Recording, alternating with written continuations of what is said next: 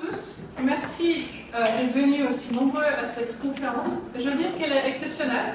Et c'est un énorme plaisir pour moi d'inviter et d'accueillir à l'Université Neuchâtel Federico Ast, qui vient quand même... où est-ce que tu vis maintenant, Federico? En Uruguay. En Uruguay, oui, il y a un petit chemin quand même jusqu'à ici. Donc merci beaucoup d'être là, Federico, et de profiter de cette occasion de vous présenter un mécanisme de résolution des litiges particulier. Donc aujourd'hui, la thématique, c'est la résolution des litiges, vous l'avez compris, et on va se positionner dans un mécanisme de résolution des litiges particulier puisqu'il recourt en grande partie à la technologie blockchain pour résoudre les litiges. Donc on n'est pas dans une perspective de résolution des litiges devant le juge, mais devant ce qu'on appelle un mode alternatif de résolution des litiges, qui a cette particularité de non seulement être sur Internet, mais plus particulièrement sur la blockchain. Donc on utilise une technologie particulière pour résoudre le litige. Cette conférence elle est organisée par l'Alextech Institute, que j'ai fondé il y a quelques années. Et puis, je précise aussi que je suis à la tête d'un CAS, une formation continue en droit et intelligence artificielle. On va bientôt commencer la deuxième année. Et c'est un certain succès. Alors, je parle de ça parce qu'il y a un lien quand même, droit et intelligence artificielle, droit et blockchain, et puis je me réjouis de t'entendre, Federico, sur la question de savoir comment l'intelligence artificielle est ou va être intégrée dans Kleros, parce que j'imagine que c'est un sujet d'actualité. Alors, donc on va commencer par une présentation de ce mécanisme particulier de résolution des litiges Kleros. Vous trouvez sur Internet sur le site kleros.io. Et puis, ensuite, vous aurez bien sûr l'occasion tous de poser des questions. Donc, si vous voulez intervenir pendant la présentation, vous pouvez. Mais en tout cas, on a gardé du temps pour les questions à la fin. Donc, il y aura un temps de questions, d'interaction, et on pourra avoir comme ça des précisions sur le fonctionnement de Kleros en particulier. Et puis, dans un deuxième temps, à partir de 5h15, on aura la table ronde sur la sagesse de la foule versus justice étatique, vaste thème. Et dans ce cadre-là, on aura plus de discussions au sein de la table ronde, mais aussi avec vous tous. Alors, on se réjouit de vous entendre. Alors, deux mots pour te présenter, Federico. Donc, tu es l'un des fondateurs de Kleros, qui est un système de résolution des litiges, comme je l'ai dit, qui utilise la technologie blockchain, et surtout des concepts économiques tels que la théorie des jeux, pour offrir une solution au litige qui représente la sagesse de la foule. D'où le titre de la table ronde. Et ce système de résolution des litiges est un système qui a la particularité d'être décentralisé sur la blockchain, ce qui lui permet d'être résistant à la manipulation, à la fraude et au contrôle politique ou organisationnel. Il a été lancé en juillet 2018, si je ne me trompe pas, c'est donc une plateforme qui est en activité depuis plusieurs années, et c'est aussi la première plateforme qui utilise le système de la blockchain pour résoudre les litiges. C'est particulièrement intéressant. Dans le cadre du développement de Kleros, Federico Ast a eu l'occasion d'examiner les différents modes alternatifs de résolution des litiges qui pourraient être utilisés en utilisant cette technologie blockchain. Et puis, si je ne me trompe pas aussi, l'ancrage, c'était de résoudre des litiges de petite valeur, small claims, et qui nécessitent une résolution rapide et peu onéreuse. Donc, c'est des litiges qui potentiellement échappent aux tribunaux parce que la valeur litigieuse n'est pas suffisante, dans le sens que ça ne fait pas de saisir des tribunaux et d'obtenir une décision après longtemps et des gros frais de justice. Voilà, donc pour ce type de litige, il fallait trouver une alternative, et c'est cette alternative que Kleros offre. À la base, c'était des litiges issus plutôt de la crypto-économie. Par exemple, des litiges en matière d'enregistrement de nouveaux tokens, ce qu'on appelle le token listing, ou dans le domaine des marchés prédictifs, c'est aussi des domaines qui ont potentiellement beaucoup de litiges, parce qu'il y a ce positionnement sur la blockchain. Donc c'est plutôt les litiges dans le domaine de la crypto-économie.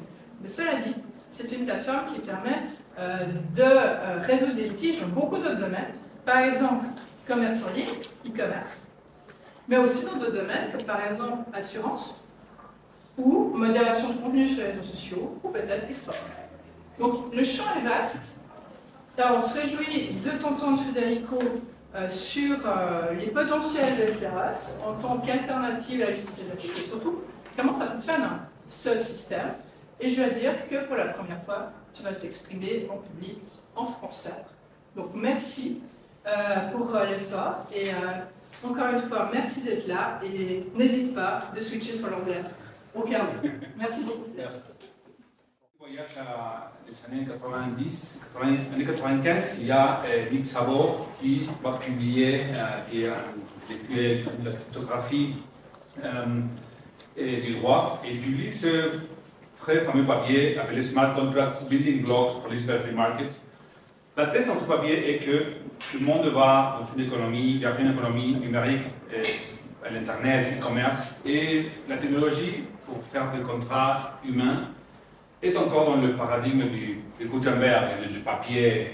Et donc lui dit qu'à fur et à mesure que l'économie va continuer dans le numérique, ce paradigme du papier va être un coup de bouteille plus important. Donc bien sûr il propose notre manière de faire des contrats, que vous savez ce sont des smart contrats, et l'exemple qu'il utilise dans son article, c'est il y a Alice qui a une voiture, elle veut la vendre à Bob, et Bob va payer tous les mois pour la voiture, et ils font un smart contrat, et ils signent le contrat avec l'ordinateur, et puis Bob s'en va avec sa voiture, et il va se promener, et quelques mois après, il laisse de payer, et qu'est-ce qui se passe? Sa clé, bon, laisse de fonctionner, et la clé à Alice, elle marche à nouveau, et donc elle peut récupérer sa voiture de manière immédiate et à un coût très bas. Imaginez s'il aurait dû aller en justice pour récupérer sa voiture, bon, il aurait dû trouver un avocat et montrer le papier de la propriété de la voiture, puis le contrat. Bon, combien ça aurait coûté? Beaucoup d'argent, beaucoup de temps, mais la magie de smart contract que nous apporte Nick Szabo, c'est qu'ils peuvent se auto-exécuter comme le code de programmation l'établit. Et donc ça peut s'exécuter à un coût qui est très très bas. Donc, ça c'est l'année 95, est-ce que vous étiez né? Non. Ok, donc on avance un peu.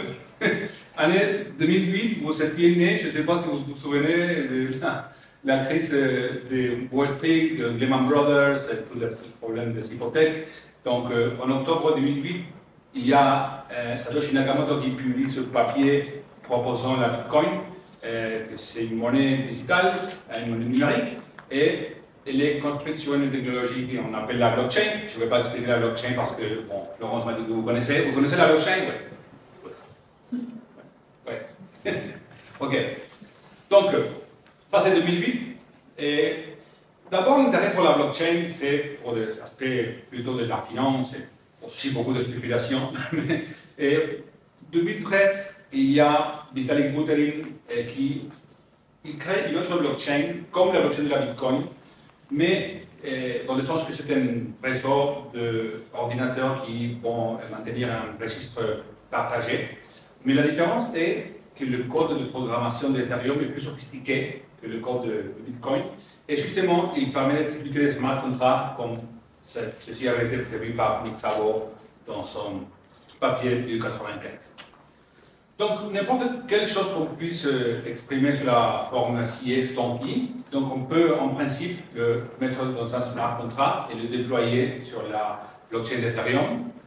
Un exemple typique, c'est une assurance de vol qui dit, par exemple, si le vol arrive avec un délai de plus de 20 minutes, le passager va recevoir un remboursement de 20% du prix du ticket. Et ça se fait de manière immédiate, et sans aller au customer service, sans aller à la justice, sans aller à un avocat, ça se exécute de manière immédiate, et comme le smart contract est établi. Donc, ça peut faire beaucoup d'économies dans tous les procès légaux qui sont liés à ce type de litige.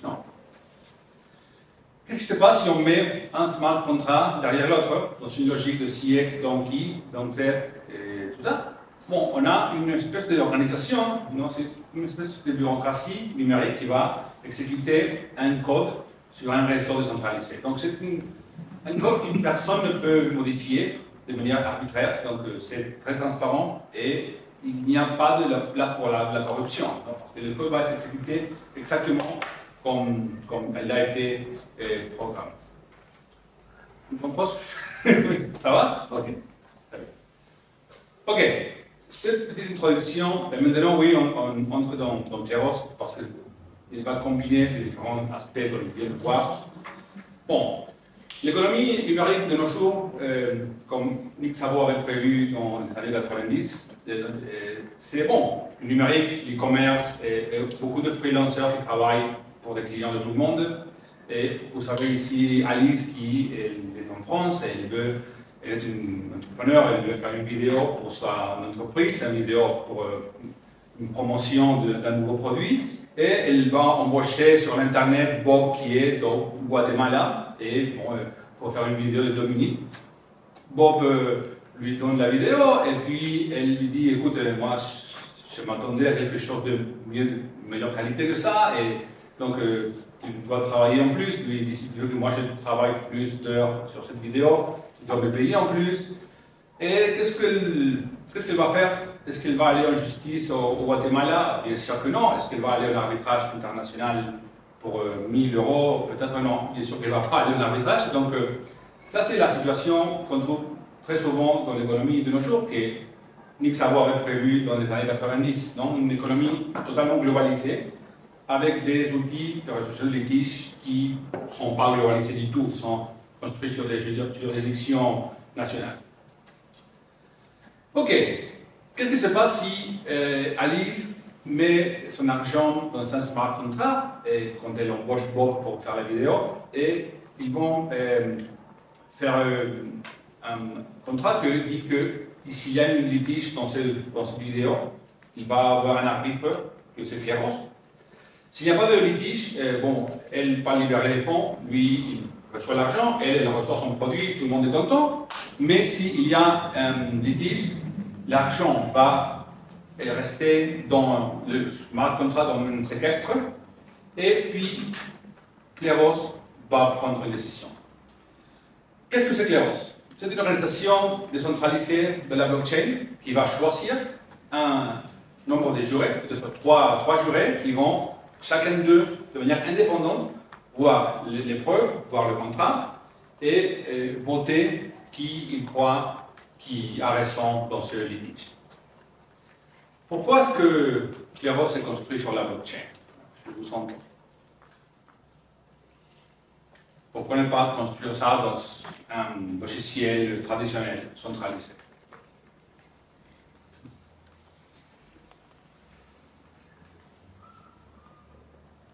Vous pouvez risquer? Oui. La sécurité qu'il peut procurer? La sécurité, explique un peu plus, oui. Quel type de sécurité? Avec le code et puis la prévisibilité, en quelque sorte, la transparence qui existe. Donc c'est une sorte de registre, si l'on veut, de transaction. De transparence. Vous êtes d'accord? Pas d'accord? Oui, bien sûr. Donc c'est un litige. Donc vous voulez transparence, que personne ne va manipuler les preuves, personne ne va manipuler la forme dont le juré est choisi. Et personne ne va manipuler la manière de le décompte de voix. C'est comme moi je dis personne, c'est pas même moi, je n'ai aucune clé d'accès spéciale au système qui puisse changer n'importe quoi. Tout va se faire comme prévu dans le code de open source qui est Kleros. Okay? Donc ça c'est très important à comprendre parce que cette idée de la blockchain, c'est un peu ce que dans le monde traditionnel on appelle un peu l'état de droit. Donc le procès va se faire de la manière dont la loi prévoit. La blockchain, c'est ce qui va faire que ça se passe dans le monde numérique. Donc, la majorité des arbitres vont voter que Alice a raison, donc Kleros fait une décision. Cette décision se transmet au smart contract, et puis le smart contract qui a l'argent en séquestre va le libérer pour Alice, et ça va finir le litige. Okay? Bon, la question que vous vous posez, c'est OK, ce sont qui les arbitres? Une chose qui est très intéressant du modèle de société centralisée. Kleros est un projet qui est le premier qui a fait ce type d'approche à la gestion des litiges. Ce n'est pas le seul maintenant, mais c'est lui qui a inventé cette approche. Et, imaginez-vous cette personne qui est, je ne sais pas, un designer de vidéos, elle vit, je sais pas, au Vietnam, et elle veut faire, elle travaille dans une entreprise de vidéos, elle veut faire quelques argent en plus de côté le soir, et elle peut être juge à arbitre à Kleros, et pour ça, elle ne doit pas montrer sa pièce d'identité, elle ne doit pas montrer quelle est sa identité. C'est très important que les gens puissent préserver l'anonymat dans un monde où les partis pourraient vouloir intimider les jurés pour voter dans leur faveur. Et les gens peuvent faire beaucoup de choses d'intimidation en ligne, si vous savez, spécialement avec beaucoup de choses qui sont en train d'apparaître, de faits et tout ça. Donc vous ne voulez pas que cette personne soit intimidée par les partis. Donc pour être juré en Kleros, vous n'avez besoin que d'une seule chose. C'est un jeton numérique construit sur Ethereum. Et ce jeton s'appelle Pinakion. C'est comme une espèce de billet de loterie qui vous donne le droit à être choisi, tiré au sort dans des cas de Kleros. Et le nom Pinakion il est inspiré sur la justice en l'ancienne Athènes, en Grèce. Il y avait des jurés populaires et tout ça, vous savez. Ils utilisaient ce jeton pour choisir les jurés. Et donc Kleros est un peu inspiré sur le fonctionnement de la justice en Grèce. Et donc tu achètes le jeton et tu le déposes dans la cour où tu veux travailler. Et Kleros a beaucoup de cours différentes, spécialisées en différentes choses. Il y a l'assurance, il y a des commerces. Ici, on suppose que la personne va la déposer dans la cour de vidéo. Et il y a beaucoup de gens qui vont déposer le jeton pour être choisis comme juré. Et Kleros va tirer au sort 3 personnes pour être juré. Kleros signifie hasard en grec. Donc vous voyez d'où ça vient. Et ces personnes vont avoir le droit à voir les preuves, à voir les contrats, le cas, et puis ils vont voter qui a raison dans le cas. Et ce jeton va rester bloqué jusqu'à ce que le jury prenne la décision sur le cas. Ok, donc maintenant, un peu la question que vous posez, j'imagine, c'est, bon, vous savez, les jurés, ils sont anonymes, et comment est-ce que vous savez que ces personnes vont savoir ce qu'ils vont dire, et comment on sait qu'ils vont avoir le savoir-faire pour résoudre ce cas particulier? Comment on sait qu'ils ne vont pas être, ils vont pas avoir de la malice, et vont peut-être seulement faire se voir au hasard, vont A, B, sans même regarder les preuves. Et donc, pour ça, pour éviter ça, c'est que Kleros a la grande innovation qui apporte, c'est l'utilisation des incitations économiques pour faire que les utilisateurs et les jurés aient un comportement qui va ne pas attaquer le système.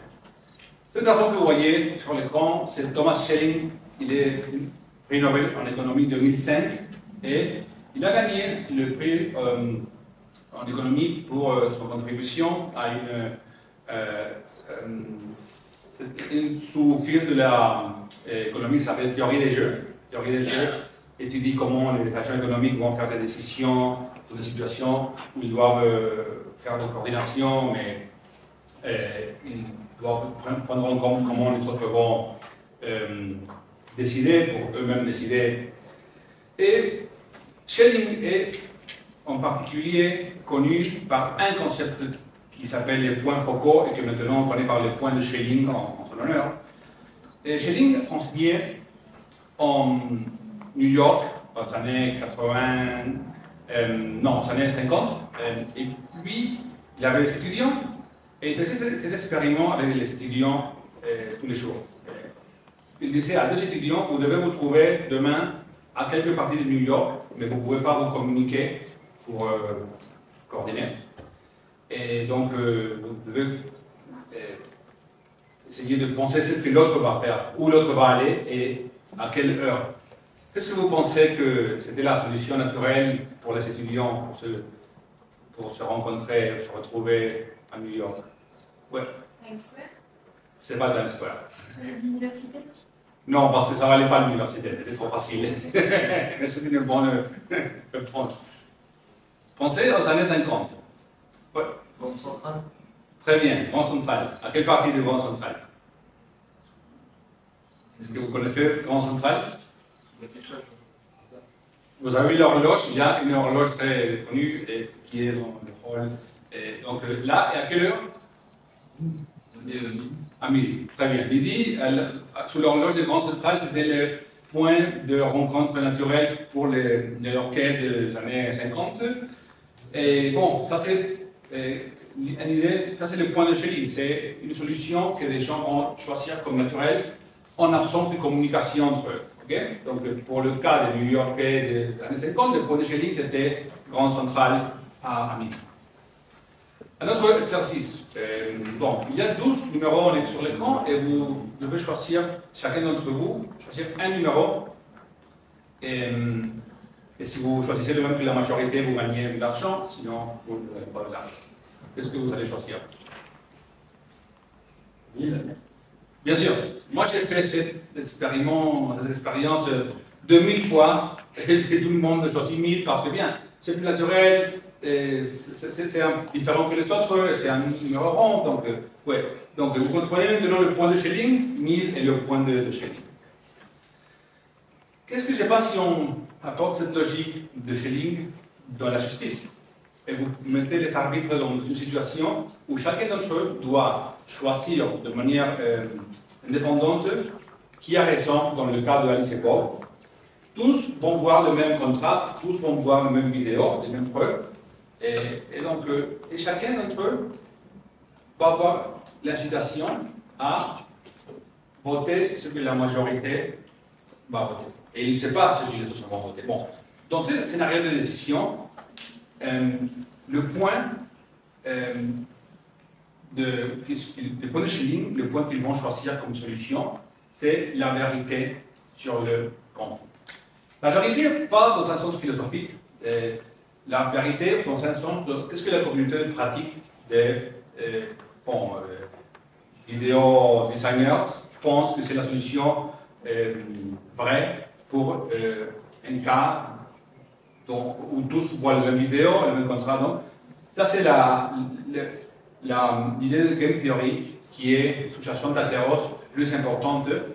Et pourquoi vous vous souvenez que pour être tiré au sort comme arbitre, vous avez un jeton déposé.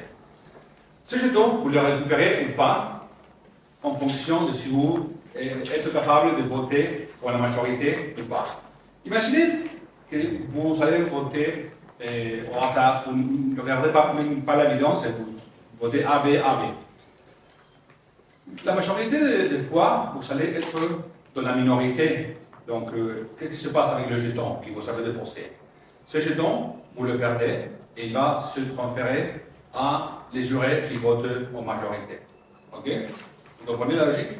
Donc, je mets le jeton, je vote n'importe quoi, je perds le jeton. Je mets un autre jeton, je vote n'importe quoi, je vais le perdre. Un autre jeton, et comme ça, au fur et à mesure que j'avance, je perds tout de même le jeton jusqu'à ce que je suis éliminé du système. Et je ne sais pas si par contre, je prends mon temps pour analyser le cas, voir l'évidence et tout ça.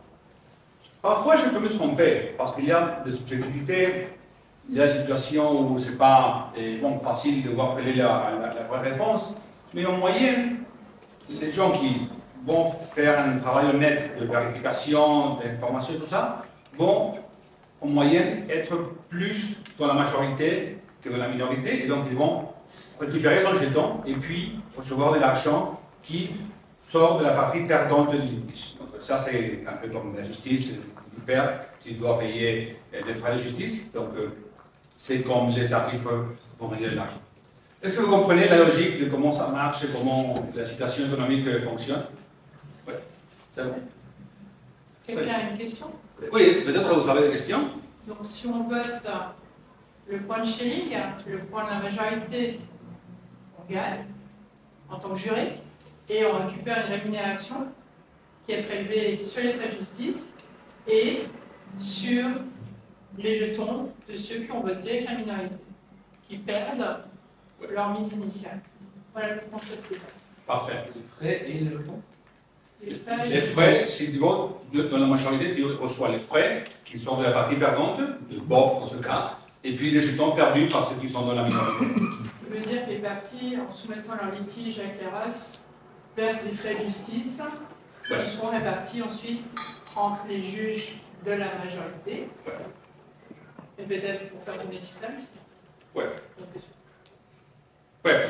Comment ils sont choisis les gens? Parce que comment on choisit les gens, les compétences, les connaissances, le métier, la délicatesse, voire la capacité spécialement des personnes qui doivent les juger? Il y a un système. Ça, c'est la magie de tout ça. Tu n'as pas besoin de ça parce que les gens qui vont se présenter dans une cour où ils n'ont pas la connaissance suffisante vont être de la minorité et vont perdre leurs jetons. Et puis, au fur et à mesure qu'ils travaillent et essayent de... Imagine que moi je me mets dans une cour de traduction du russe au japonais. Moi je ne sais ni russe ni japonais, donc quand je vois le cas, je vois les preuves, je n'ai aucune idée de ce qui se passe là-bas, donc mon voix va être au hasard. Donc, j'ai une haute chance d'être de la minorité et de perdre mon jeton. J'ai un autre jeton, je n'ai aucune idée de ce qui se passe et je perds le jeton. Et donc, c'est la manière dont le système, d'une façon un peu darwiniste, élimine les mauvais jurés. Ça, c'est un peu la magie de la game theory qui est sous-jacente de la décentralisée. Mauvais jurés, dans le sens qu'ils n'ont pas les compétences de juger correctement ce type de cas. Ils peuvent aller dans notre propre échelon. Même ils n'ont pas la compétence ou ils n'ont pas pris le temps pour faire de l'analyse. Et oui. Quelle est la légitimité de la décision que ces jurés ont prise face aux juridictions étatiques? Ok. Alors ça, c'est peut-être une question qu'on verra dans le cadre de la table ronde, si vous êtes encore là, parce que ça va nous amener dans autre chose au niveau du débat juridique purement parlant. Étant précisé que là, vous avez compris qu'on n'applique pas de règle de droit. On choisit la solution qui semble juste en fonction d'un point de sharing. Mais je veux dire un peu sur ça. Je veux dire un peu plus tard. Ouais. J'ai une question plutôt sur la philosophie puis cette composante économique. Peut-être je me trompe, mais on cherche la décision de la masse, mais pas forcément ce qui est véritablement juste. Là, on est vraiment dans un système qui paraît peut-être un petit peu binaire. C'est rarement le cas, je pense, dans la réalité, que tout soit tout blanc ou tout noir, on est plutôt dans la nuance. Et ce système, est-ce qu'il peut tenir compte de cette nuance de la vie? C'est cette question un petit peu générale que je lance comme ça. Je m'excuse, je suis d'accord. Pour répondre à cette question, il faut peut-être préciser les options de jugement.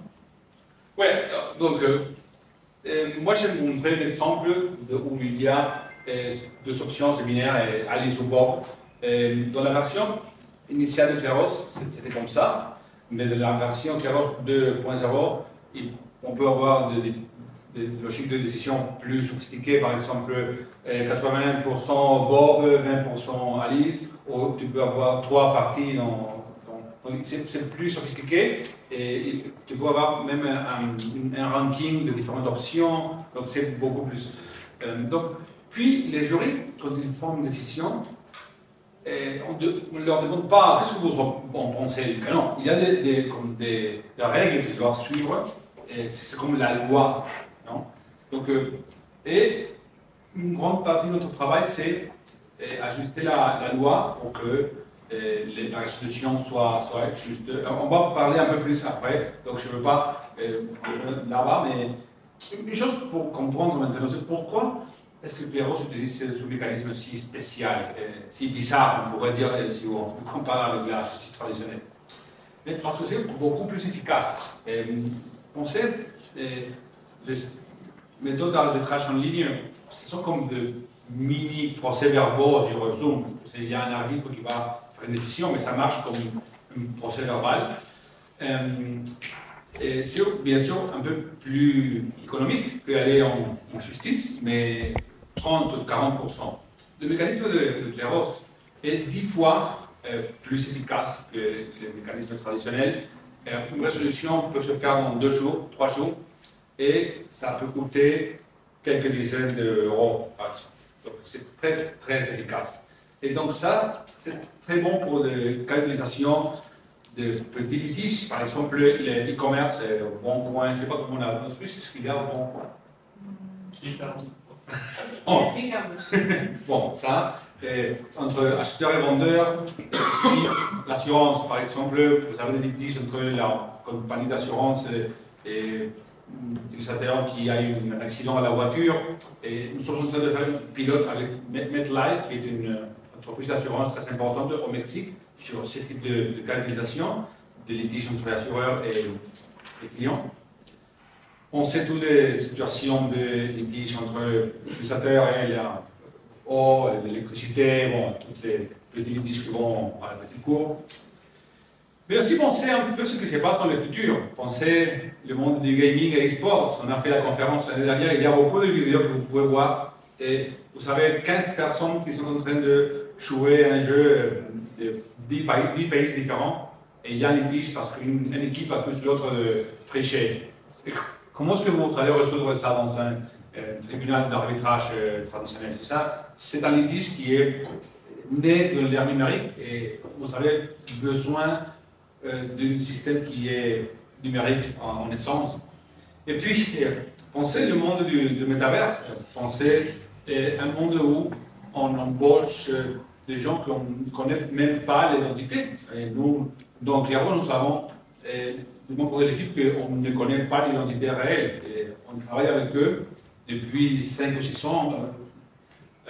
Et on ne sait pas qui ils sont. On les connaît seulement par son avatar. Donc, ça, c'est le futur du commerce. Et ça, c'est ce qu'on a besoin de construire des systèmes de résolution qui peuvent être adaptés à ce futur. Okay? Je vais vous montrer maintenant un petit exemple de comment Clairos marche dans le monde traditionnel de litige de consommation. Il y a une entreprise qui s'appelle Lemon, qui est une fintech. C'est un échange de crypto-monnaies comme Binance, par exemple, de l'Amérique latine, très important. Et ils ont beaucoup de litiges avec les utilisateurs parce que parfois ils ont une méconnaissance des dépenses par carte de crédit, il y a des erreurs de transaction, et toutes les choses que vous imaginez peuvent passer à une fintech. Donc, le processus de résolution traditionnel, vous avez un incident, une réclamation, puis ça va au support, et le support parfois dit que non, ils ne vont pas rembourser l'utilisateur. Et qu'est-ce qui se passe? La plupart du temps, les gens ne vont pas au tribunal de consommation de litige. Ce qu'ils font, c'est qu'ils vont à la concurrence, et puis s'ils sont plus motivés, ils vont en Twitter dire écoutez, n'achetez pas dans cette entreprise parce qu'ils sont des escrocs. Donc, il y a un dommage réputationnel, si vous voulez. Ça, c'est la justice de nos jours. C'est un peu la mob justice, et ça se fait sur les réseaux sociaux avec des accusations en ligne. Et donc, une métrique importante, c'est que 80% des utilisateurs de ce service n'allaient pas en justice pour résoudre le cas des entreprises. Donc, est-ce que quelqu'un d'entre vous est allé quelquefois en justice de litige? Je n'ai pas les menaces. Je sais pas. Ok. On a développé un système de résolution qui marche de la manière suivante. Vous avez un incident, la réclamation se fait au support, le support dit que non, mais au lieu que ça finisse là-bas, il donne à l'utilisateur une opportunité d'aller à une résolution neutrale chez Clairos. Ok? Et ça c'est très important. Si l'utilisateur gagne dans le litige, l'entreprise va rembourser ce qu'il demande. Mais si l'utilisateur perd, il peut même aller en justice. Donc ça, c'est une espèce de système qu'on appelle arbitrage asymétrique. C'est une espèce de médiation donc, où la personne qui va en clairance ne perd pas aucune opportunité d'accès à la justice. C'est ça. Et quand on a commencé avec ce pilote, ce qui s'est passé, c'était que l'utilisateur, il n'est pas un avocat, donc il ne savait pas comment exprimer sa réclamation de manière claire et de manière précise. Donc, puis la réponse de la société venait de son équipe juridique. Donc, bon, on pourrait s'imaginer que l'entreprise gagnait presque tous les litiges parce que la clarté pour défendre sa position était beaucoup plus haute que celle du client. Donc, ce qui s'est passé, c'est que les clients ne voyaient pas le système comme juste, parce que, bon, ils se perdaient presque toujours. Donc, on a commencé à utiliser ChatGPT pour lui demander d'améliorer la clarté de la réclamation. Et puis, on mettait la réclamation sur ChatGPT, ce sont des print screens, bon, une petite explication du problème. Et on demandait à ChatGPT, bon, faites ça plus long et plus clair, et puis on mettait tout ça dans Claros, et on a commencé à voir que ça commençait à être 50-50, et puis que l'utilisateur, la satisfaction avec le procès augmentait beaucoup.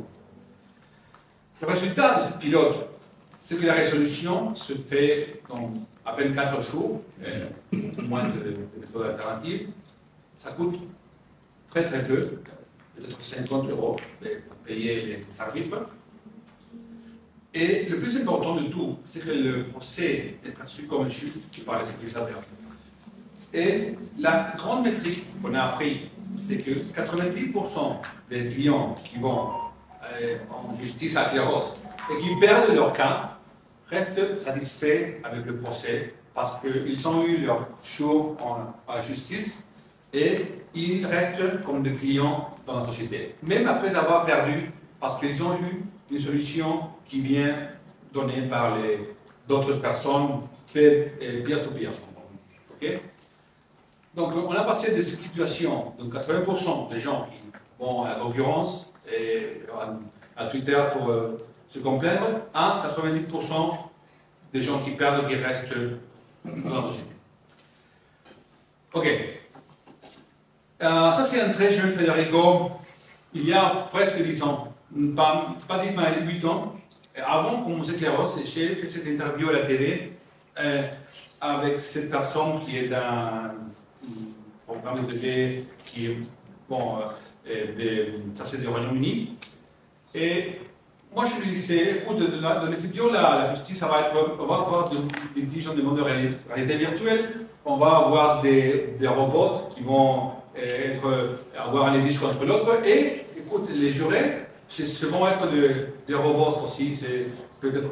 Et il me voyait en pensant, qu'est-ce qu'il dit ce mec, et cette vidéo est en YouTube, vous pouvez la voir si vous voulez, mais 8 ans plus tard, tout ça, moi je disais comment ça se passait, parce que comme vous savez, nous avons maintenant l'essor des agents de l'IA.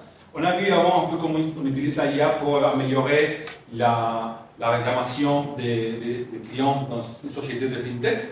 Mais comme aussi utiliser l'IA comme arbitre.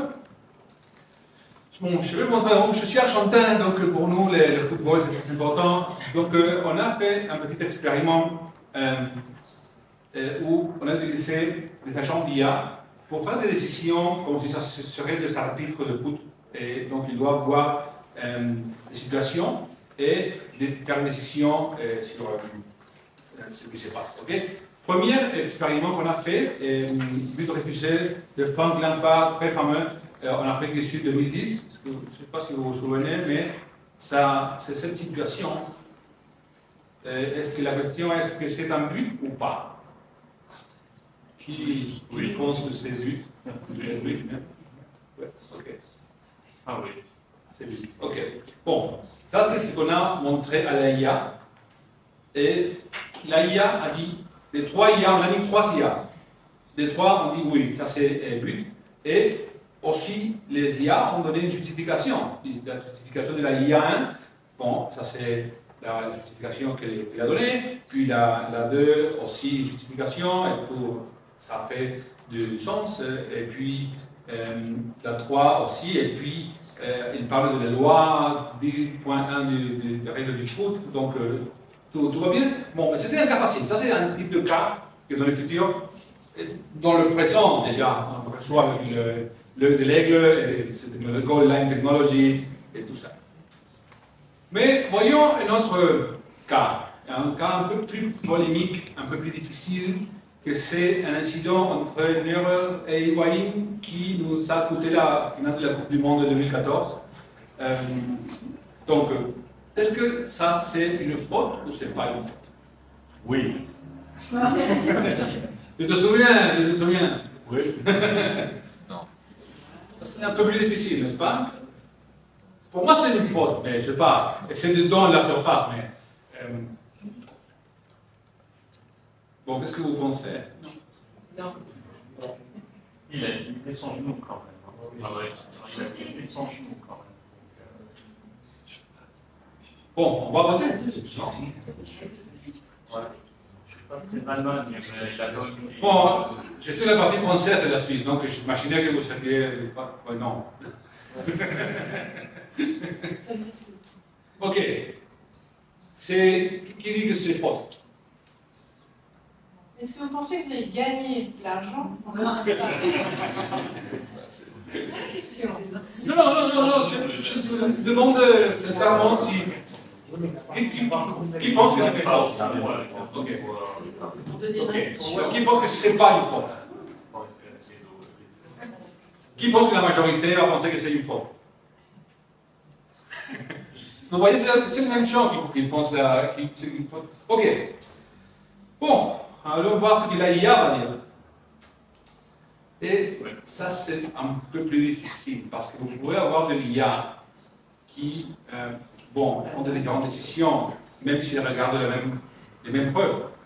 Donc, il y a eu 2 IA qui ont dit que c'est pas faute, une IA que c'est faute, et ils ont donné un justificatif. Oui. Vous disiez avant que vous ne vérifiez pas la qualité des jurés et que c'était ça la magie de l'affaire. Enfin, Ouais. est-ce que vous faites attention au fait que ce ne soit pas des robots, des IA qui soient jurés eux-mêmes ou des humains aidés par des IA pour faire de l'argent ou... Très bonne question. La réalité, c'est que ici, ce qu'on a fait, c'est pas l'IA pluguée directement sur le ici. Ça pourrait se faire, mais c'était plus facile de le faire comme ça, mais on a demandé à des humains. Non, j'ai bien compris que ça n'était pas. Ma question, c'est est-ce que vous avez des mécanismes Ouais. pour éviter ou est-ce que vous prenez ça comme un risque du système qui ne pose pas tant de problèmes que ça? La question, c'est, on a une applicatif qu'on a développé qui s'appelle Proof of Humanity. C'est pour vérifier que c'est une personne. Mais une question que moi je vous pose, est-ce que c'est un problème que c'est un IA qui fait la décision ou pas? Qu'est-ce que vous en pensez? Si la décision est la décision correcte. La théorie des jeux ne s'applique pas forcément aux robots. Pourquoi la IA peut avoir, vous pouvez programmer une IA et lui dire, écoute, toi tu dois maximiser ton gain économique et les règles dans ce jeu, ce sont ces règles. Je sais, sauf que toute la théorie de ce monde, Oui. elle n'est pas basée sur les robots, elle est basée sur les humains. Et quoi? Ce robot, c'est une question que nous on se pose, je ne sais pas. Hein. Je sais pas non plus, mais dans le sens où il a fait une expérience ou je sais pas quoi, pas sur les robots. Donc, Les robots ont une fonction d'utilité comme les humains. Les humains aussi essaient de maximiser leur utilité ou leur gain économique. Le robot peut être aussi programmé pour faire. Donc, ce qu'on est en train de rechercher avec cet expériment, c'est si les robots arrivent à la même solution que les humains ou pas. Et qu'est-ce qui se passe si on trouve que les robots arrivent à la même décision que les humains? Donc, de 100% des cas.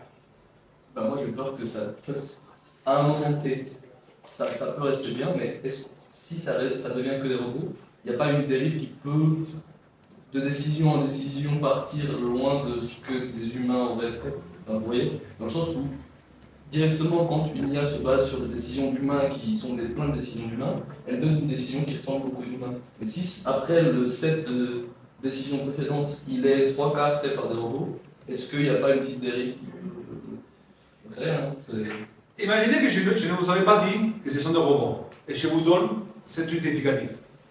Est-ce que ça vous fait du sens ou pas? Est-ce que ça vous semble raisonnable? C'est raisonnable. Donc, parfois, on ne va même pas savoir si ce sont des robots. La seule forme qu'on a pour savoir à la fin du jour si ce sont des robots, ça va être, je crois, que la vitesse avec laquelle on résout les cas. Parce que si les robots, quand on résout un cas, peuvent lire 500 pages de preuves dans 3 secondes. Donc, mais bon, c'est un avantage qu'ils ont sur les humains. La réalité, c'est que nous sommes en train d'essayer de comprendre pour quelle cas d'utilisation on veut des robots et pour lesquels on veut des humains. Si on veut les mélanger ou si on veut faire des situations où on a une première instance de robot et puis une appellation peut aller à un panel composé par des humains. Ça, ce sont des questions que nous se pose maintenant. Mais la question de l'algorithme derrière le robot, c'est quand même codé par des humains. Donc ce que l'on sait, du coup, ce que vous dites, c'est que si les décisions sont raisonnables de la part de l'IA, elles peuvent être tout autant déraisonnables que celles des humains. Il y a un comparatif, mais on programme des IA. Et il y a des biais de programmation sur lesquels on n'a pas de biais. Donc, on peut trouver, je rejoins un peu ce que dit M. Copin, c'est qu'on peut trouver des arbitraires qui sont tolérables, enfin, dans une culture et dans une époque donnée, mais qui peuvent à un moment donné dériver, sur lesquels on a plus tellement d'influence ou de moyens de régulation. Mais tout ça, c'est aussi vrai pour les humains. Ce qu'il faut voir, c'est que là, on est dans des litiges de nature essentiellement économique. Small claim, on n'est pas dans la logique d'interprétation, peut-être, des faits particulières pour un litige complexe où il y a une marge d'interprétation du juge. Oui, on est dans des litiges simples, on cherche une solution et il y a des biais. Mais en fait, en réalité, l'IA, je pense, le principal risque, c'est que petit à petit, l'entonnoir va devenir vraiment très petit et toutes les décisions vont être identiques. Mais est-ce que c'est un problème? Parce qu'in fine, on arrivera à un consensus, parce que l'IA va se nourrir de décisions identiques et rendre des décisions identiques. Donc à la fin, il y a ce risque qu'on arrive à l'unanimité. Est-ce que c'est un risque ou est-ce que c'est l'objectif? Vous voyez ici que vous avez des IA, et les IA ne se mettent pas d'accord, ce sont comme des humains. Et c'est un cas très simple, c'est un match de foot. Ça, c'est pas un problème qui a des implications éthiques. Non, ça, c'est juste un match de foot. Tout le monde connaît la règle, et même on ne se met pas d'accord. Donc, l'IA ne se met pas d'accord sur qui a raison. Donc, c'est pas simple. Je crois que ce qui va se passer, donc vous voyez les justificatifs maintenant, ils sont, si on ne vous dit pas que ce sont des IA, vous ne vous rendez pas compte. Ça c'est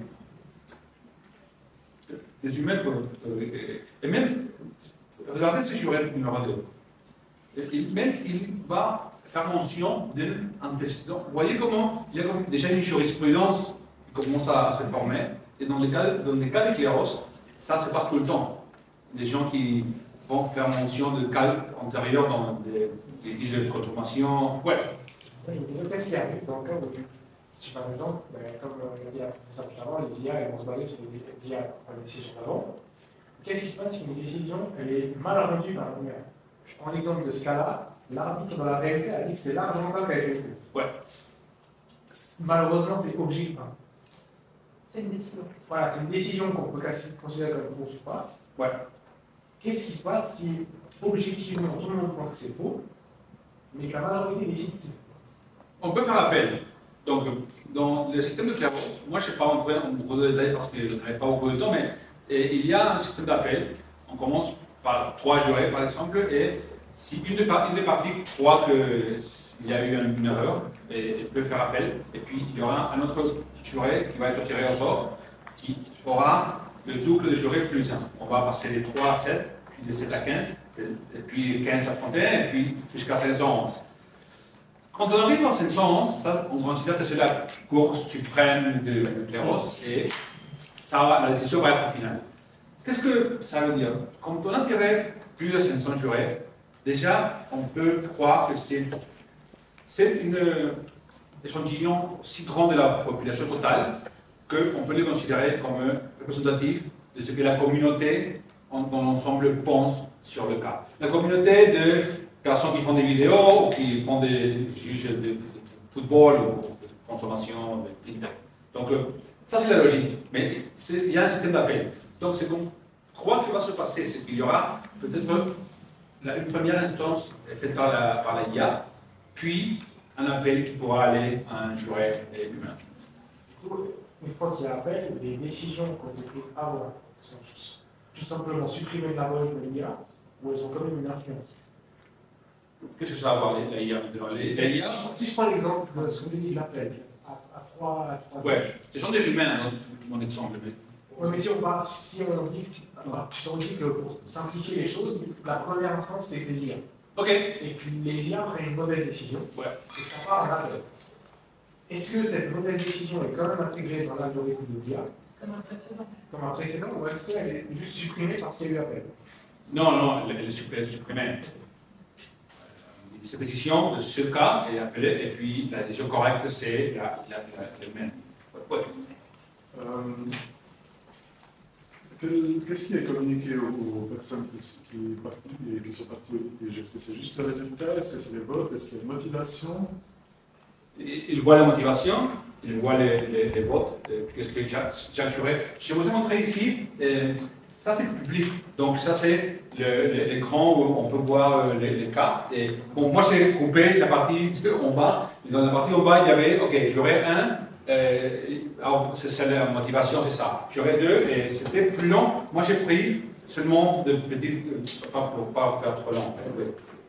Donc tout le monde peut voir cette information. Ouais. Est-ce que l'identité des parties qui ont déposé justement le problème est aussi cachée au même titre que celle des jurés?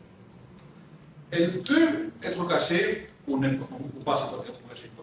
Il y a par exemple, pour certains types de clients, il y a des de privacité, d'identité. Donc, ce qu'on fait par exemple dans les cas de fintech, c'est on supprime toutes les données qui sont pour identifier les gens. Mais c'est très facile de le faire maintenant parce qu'il y a le fait. Il y a anonymiser ce document et c'est presque parfait. J'avais une question très basique. Est-ce que le paiement paye? Quel est le règlement? Est-ce que quelqu'un, une des parties paye? Ça dépend du cas d'utilisation. Dans le cas de Alice et Bob pour la vidéo, le paiement paye. Dans le cas de FinTech, l'entreprise donne ça gratuitement à l'utilisateur, donc c'est l'entreprise qui paye. Pour les frais de... Oui. Et la deuxième question, je voulais juste savoir, est-ce que c'est reconnu comme une décision dans la juridiction où c'est reconnu comme une décision arbitrale, selon la bon, voilà. Pour la personne bon, voilà. Hier, on a eu la discussion des arbitres. Hier, c'est une présentation donc assuré un panel d'arbitres professionnels. Et la question, c'est est-ce que c'est l'arbitrage ou pas? Il y a 5 ans, je crois que peut-être 10% des gens disaient oh oui, c'est l'arbitrage. Maintenant, hier, c'était 70%. Donc, le message commence à marcher. Donc, je veux vous parler un peu des enjeux et des défis que cette nouvelle discipline a. D'abord, il y a des choses plutôt techniques. Est-ce que ce système va résister à la pollution, à la corruption, et atteint 51%? Est-ce que c'est pas si quelqu'un a beaucoup de jetons et peut avoir beaucoup d'arbitres dans le système? Ça, ce sont des questions. Nous avons un département de recherche très important qui essaie de répondre à ces questions. Puis, les enjeux du marché, c'est quels secteurs vont utiliser ces types de systèmes, c'est où que va être le business pour nous, et comment est-ce que ce système va interagir avec d'autres technologies pour les niches. Et c'est là un peu la question de comment est-ce que ça va se passer avec l'IA. On a laissé parler un peu, mais ce qu'on croit que va se passer dans le futur, c'est qu'il y aura une division du marché en 3 grands parties. Et pour les litiges plus objectifs et plus simples et plus faible valeur, l'IA va les résoudre de manière plus efficace. Donc ça c'est bon, c'est le meilleur outil pour ça. Puis il y a des litiges qui sont encore de petits litiges, mais qui ont besoin de comprendre un peu les dimensions des parties, comprendre le contexte dans lequel un contrat a été signé, l'intention. Donc on croit que ici, c'est où la justice centralisée va être plus répandue. Et puis, pour des cas encore plus complexes, des cas qui ont besoin d'une évaluation éthique, ou qui ont besoin d'un raisonnement légal, juridique plus traditionnel, ça va être encore le domaine des avocats avec des mécanismes plutôt comme nous avons déjà aujourd'hui. Okay? Ça, c'est comment on pense que ce marché va évoluer dans les années qui viennent. Et maintenant, oui, la question que tout le monde se demande ici, ok, est-ce que c'est même légal bon, comme vous savez, si vous êtes dans le monde de l'arbitrage, et ça c'est la question que tout le monde se posait hier, c'était la Convention de New York établit comment doit se faire un procès d'arbitrage. Et bon, Kleros est différent parce que vous pouvez avoir un jury qui est en même temps une des parties, parce que comme c'est anonyme, vous ne savez pas si une des parties ne contrôle pas. Ça c'est dans l'arbitrage traditionnel, ça c'est interdit. Donc, mais donc Kleros, ça peut marcher. Donc, il y a quelques expériences qui sont été faites. D'abord au Mexique, dans l'état de Jalisco, il y a eu un arbitre qui a fait un contrat de location entre un propriétaire et un locataire. Et ce contrat avait une clause d'arbitrage qui disait que les litiges vont être résolus par l'arbitre, par cet arbitre, mais cet arbitre doit utiliser Kleros pour décider le fond du cas. Ça, c'est le contrat vrai qui a été utilisé dans ce cas. Et si vous pouvez voir qu'on demande l'utilisation de la plateforme Kleros. Et puis, le litige a commencé entre le propriétaire qui a dit que le locataire n'avait pas payé le loyer et qu'est-ce qu'on a fait? Et les deux parties ont envoyé ces preuves. L'arbitre a reçu les preuves, il a cherché le cas dans Kleros. Kleros a donné une décision qui est le gain de cause c'était pour le propriétaire. Et voici les motivations. Et ça, ce sont des documents juridiques vrais. Ça, ce sont les motivations qui ont donné les 3 jurés qui ont été tirés pour ce cas. Et ça, c'est public, donc vous pouvez le voir. Je peux vous partager ça. Et puis, ce procès a été présenté à un juge en Jalisco en demandant l'éviction de la propriété parce que bon, il y a un contrat, il y a un clause d'arbitrage, il y a un procès d'arbitrage qui a été fait comme le contrat stipulé. Donc on a demandé au juge d'exécuter le contrat et le juge a accepté la validité juridique de la décision. Okay.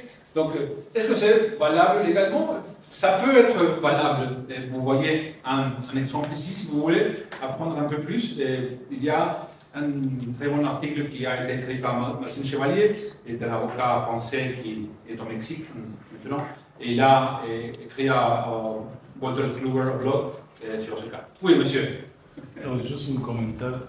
Ça fait des années que je ne parle pas de français, mais je pense que le cas du Mexique, c'est intéressant parce que c'est un cas où le juge mexicain il a fait un acte d'importation d'une relation juridique qui n'appartient pas à l'origine, à le système juridique mexicain, et il a fait l'importation dans le système mexicain. Okay. Et je pense que ça, c'est bon pour Kleros et c'est bon pour les utilisateurs de Kleros. Moi, je ne suis pas avocat, donc je ne peux pas donner un avis sur la validité juridique, mais pour moi, si ça c'est valable, ça c'est bien pour l'adoption. Et puis, au Mexique, il y a eu l'année dernière une loi appelée Loi générale sur le mécanisme alternatif de résolution des litiges qui a été votée par le Congrès du Mexique. Et cette loi bon, ça c'est le journal officiel du gouvernement du Mexique. Et cette loi, elle décrit comment les différentes technologies nouvelles vont être appliquées dans la résolution des litiges au Mexique. Et il y a des choses sur l'IA, des choses sur l'Internet en général, et puis il y a une partie de cette loi qui parle des systèmes de justice décentralisés de la manière dont nous on l'a décrit. Ils ne pouvaient pas mettre clairement sur la loi, bien sûr, mais ils ont décrit le système comme nous on l'a décrit. Donc on pourrait dire que dans le Mexique, s'il y a un litige qui est résolu par Claros, en principe, il y a une loi qui dit que ça c'est juridiquement valable. Okay? Ça c'est l'année dernière. Puis, en Argentine, il y a une province qui s'appelle Mendoza. C'est très, très joli. Il y a du vin, il y a des montagnes, et on sait un peu de là. Bon, c'est pas très spécial pour vous peut-être, mais... et donc, ils sont en train d'utiliser Claros comme un outil de consultation pour des résolutions de petits litiges dans cette province. Ça, c'est une pilote qu'ils sont en train de faire avec la Cour suprême à cette province. Et donc, ce n'est pas encore contraignant, mais si ça marche comme on espère que ça marche, ça pourrait devenir contraignant dans le futur. Donc, il y a déjà le monde institutionnel qui commence à utiliser ces outils. Et donc, j'espère que ça a répondu un peu si c'est juridiquement valable ou pas. Il y a beaucoup de gens qui ont fait des études sur, par exemple, la Convention de New York et Claros. La moitié de ces gens ont dit oui, tout va bien, et la moitié dit non, ça ne marche pas parce que les conflits d'intérêts et tout ça. Donc, mais si vous voulez lire, il y a beaucoup de choses que je peux vous recommander. Et puis, on est en train de finir. Et enfin, le dernier enjeu qu'on a à résoudre, c'est si est-ce que ces systèmes vont être vus comme équitables pour résoudre des litiges. Vous avez vu, c'est très différent de comment on est habitué à résoudre des litiges. Donc, aussi, une des questions, c'est de domaine. Et ce qu'on doit essayer de voir, c'est quel est le point où on peut chercher des cas d'utilisation où le système est sécurisé et efficace, où il reçoit un problème dans le marché, où il est juridiquement valable et aussi où il est perçu comme éthique.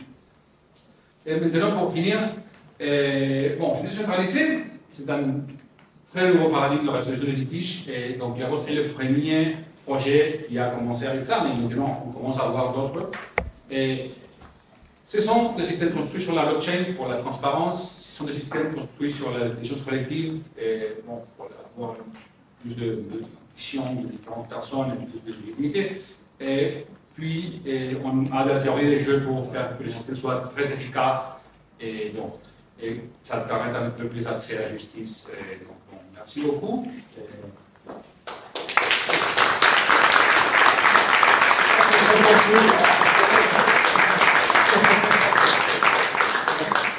Merci beaucoup Fidel pour cette présentation.